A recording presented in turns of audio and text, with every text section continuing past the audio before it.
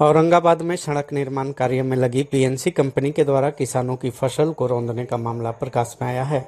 अधिकारियों की मौजूदगी में नबीनगर प्रखंड के पांडेकर्मा के बाधार में पीएनसी कर्मी के कंपनियों द्वारा खेतों में लगी धान की फसल को ट्रैक्टर चलाकर नष्ट कर दिया गया।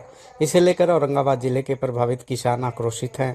पांडेकर्मा गांव निवासी अनिरुद्ध पांडे ने बताया कि अधिकांश किसानों को अभी तक उनकी भूमि के बदले कोई मुआवजा राशि नहीं मिली है, लेकिन यहाँ के अधिकारी पीएनसी कंपनी के साथ सांठगांठ कर अक्सर किसी न किसी गांव पर जुल्म ढा रहे हैं। नबीनगर अंचल अंतर्गत पांडेकर्मा और इगुनी डिहवार गांव में बंदूक के जोर पर किसानों के खड़ी फसल को ट्रैक्टर चलाकर रौंद दिया गया है।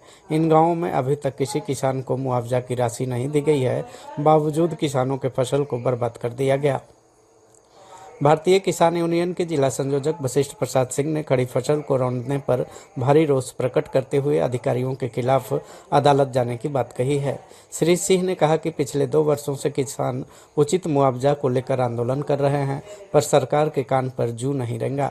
उल्टे बिना कोई मुआवजा राशि दिए उनकी जमीन को हड़प लेना चाहती है। उन्होंने यह भी बताया कि कैमूर तथा रोहतास के किसानों का मुआवजा 2 गुना कर दिया गया, पर औरंगाबाद में उन्हें मुफ्त में ज़मीन चाहिए। अगर यही रवैया रहा तो जल्द ही जिले भर के किसान चरणबद्ध आंदोलन चलाएंगे।